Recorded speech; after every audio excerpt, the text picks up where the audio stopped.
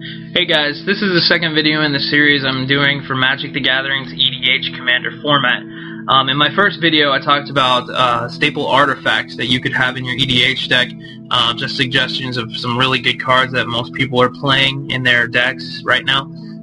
Just stuff that can be fit into any deck no matter what color you're playing. If you want to check out that video, you can go to my channel, check it out. Let me know what you think, leave some comments or questions, and I'll try to go and get back to you.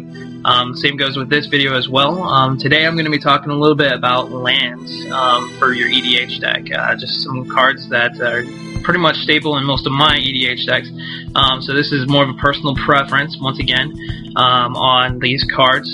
It's not something that you have to run in your deck. It's not required or anything like that. If you have any questions about the EDH format, you don't know what it is, you're just curious about it, go to wizardsofthecoast.com or magicthegathering.com, type in Commander EDH general rulings, and you can go and find out some more answers there. So, but if you have any questions, leave them in the link below, and I'll go and try to get back to you on those, okay? Lands are very important in EDH. Other than your basic land types, you can only have one of each card in your deck. The ones that I'm going to show you today are just ones that I run in most of my EDH decks. I find them very helpful. It's great to have a battle trick just in case you need it. It seems that lands are the least susceptible type of card in any format. So blowing up lands and getting rid of them is usually pretty hassle. They're uncounterable. So they're really great to have just a nice little toolbox of different cards land-wise in your deck. So I'm going to go and talk a little bit about these today. I'm just going to make this a quick little video, and we can go ahead and get started. First off, we need to talk about creatures that are actually lands. Man lands is what most people call them. First on is Mishra's Factory. Mishra's Factory is a little bit older of a land. Basically, it pay one colorless.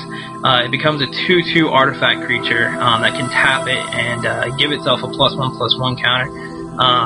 Or another assembly worker, which this is what the creature type is.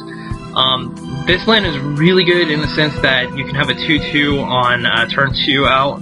And it's also an artifact, so if you have Metalcraft, or if your deck is running mainly Metalcraft type cards, if you just go and tap itself to make itself a 2/2 until end turn, you'll have that extra Metalcraft card.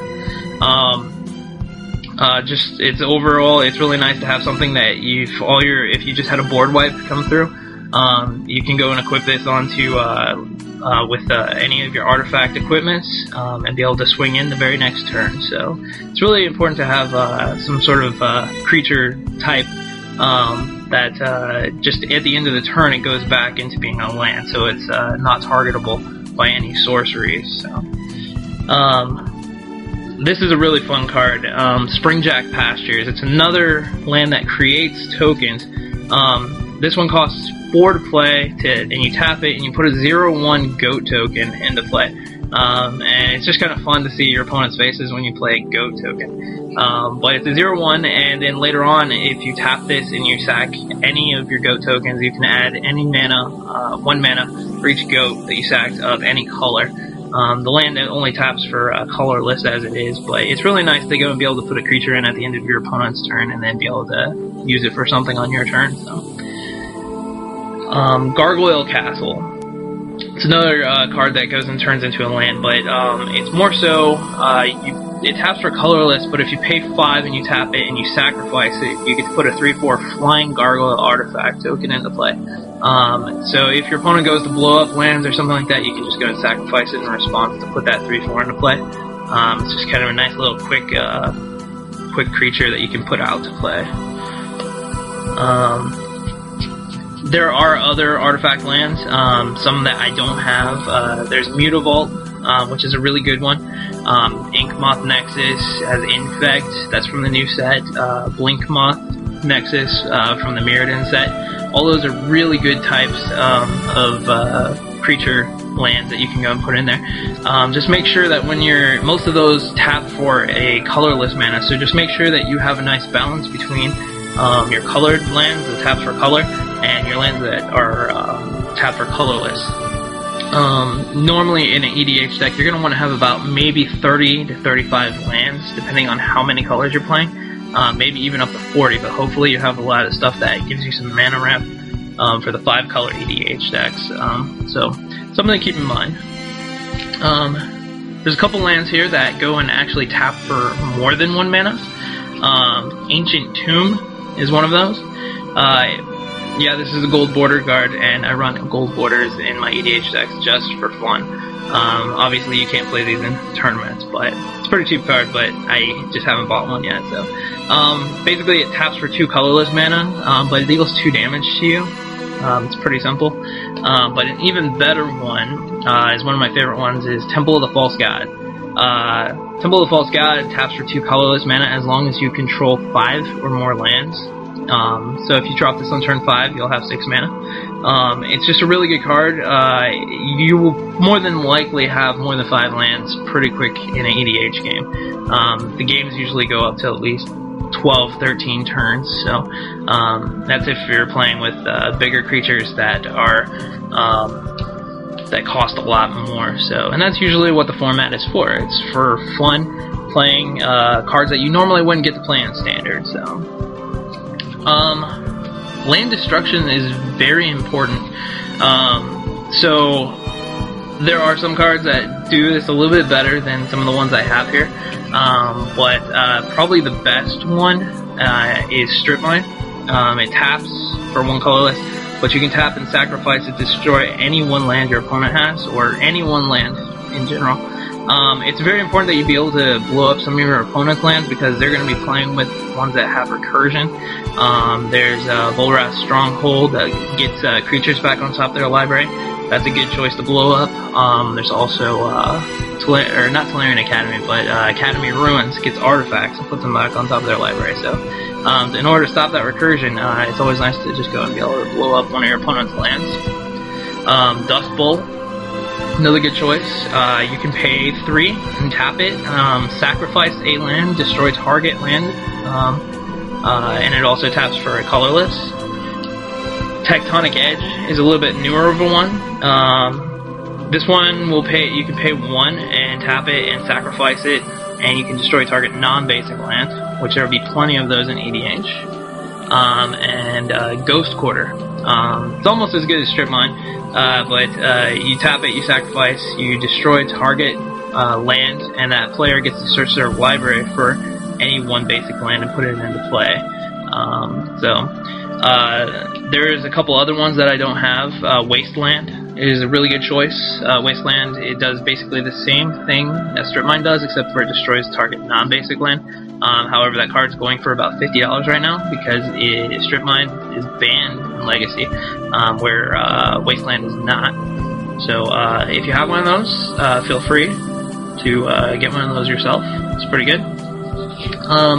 And then more than likely people will be playing land destruction in their decks. So this one's actually a really good one. Petrified Field. It adds 1 colorless to your mana pool, but you can tap and sacrifice it, and you can put target land in your graveyard into your hand. So getting back your Strip Mine after you blow up something to blow up something else, or if you have a land yourself that you really want to keep, this will go and get you some more recursion. Also, we're wanting to have lands that can kind of deal with creatures. So Mystifying Maze is a really good card. It's pretty cheap. You pay 4, you tap it, you exile target attacking creature, and then at the end of the turn you put it back into play, tapped. And basically it kind of saves you from a creature attack. There's better. Maze of Ith, I believe, does pretty much the same thing, except for its cost is much cheaper. However, the value of the card is much more expensive, and I do not own one. And then, also another way to deal with some of your opponent's legendary lands, or if they have something really good, Vesuva is a very good choice. Vesuva comes into play tapped as a copy of any land on the field. So you can copy a basic land, or you can copy one of your other lands that does something better. Or if your opponent has a legendary land out that you just can't get rid of, you can put it into play as a copy of that legendary land. The legendary rule will go into effect, and then both lands will go to the graveyard. So it's kind of nice to have that. And then this card kind of deals with creatures. Not many people have this one, but this is the Tabernacle of Pendrell Vale. It's a very old card from Legends. It goes for about $200, but basically all creatures in play have a upkeep cost of 1 colorless. If they don't pay it during their upkeep, then the card goes to, or it destroys that creature. Not many lands actually do anything like this. That's why this card is a little rare. I was lucky to have gotten this from somebody, a friend of mine. So if you have one, use it. It's pretty annoying, especially for people that play with a bunch of weenies. They put a bunch of creatures into play. It's like during their upkeep they have to pay for them, or else they get destroyed. So it's pretty nice. Lands that tap for multiple mana are a really good choice as well. This is the Command Tower. This one came out of the new EDH Commander decks that Magic put out. You can only get them in there unless you buy them as singles. It just adds 1 mana of any color to your mana pool that your general can produce in their casting. So basically it's just whatever you want it to be color. It's really great. And then also Gemstone Mine. It's very close to, it does basically what Command Tower does, but it taps for mana of any color, but it only comes into play with 3 gem counters on it, and once all 3 of those go to the graveyard, or once all 3 of those gemstones are used up, you have to send this card to the graveyard. But it's actually really worth it to be able to produce that 1 color that you need when you need it. There are some lands from Lorwyn that come into play tapped, I believe. That tap, they have 2 charge counters on them, but they usually tap for a color of a certain type. There's 1 for each color. Those ones are pretty good. But those ones are meant for decks of a certain color. These ones are meant that you can use in pretty much any EDH deck, except for a artifact general deck, so a colorless deck. And then lastly, this one's pretty nice to have. Reliquary Tower. Just says you have no maximum hand size, and it costs you tap for 1 colorless. So it's nice to have like a library of Lang in your deck. This basically does it in land form. Lets you keep this on top, or keep all your hand. So if your opponent has you draw like so many cards, then you don't have to discard at the end of your turn because you have no maximum hand. So it's really nice to have. Well, that's all the cards I have here for now. For these, for lands. Hopefully I'll go and be back with another video shortly. I haven't decided on what to cover next. If you guys have any suggestions, please let me know. I would love to go and make a video for you guys about anything else that has to deal with EDH. I have about 3 or 4 EDH decks myself. If you guys are interested in those, I can go through those too.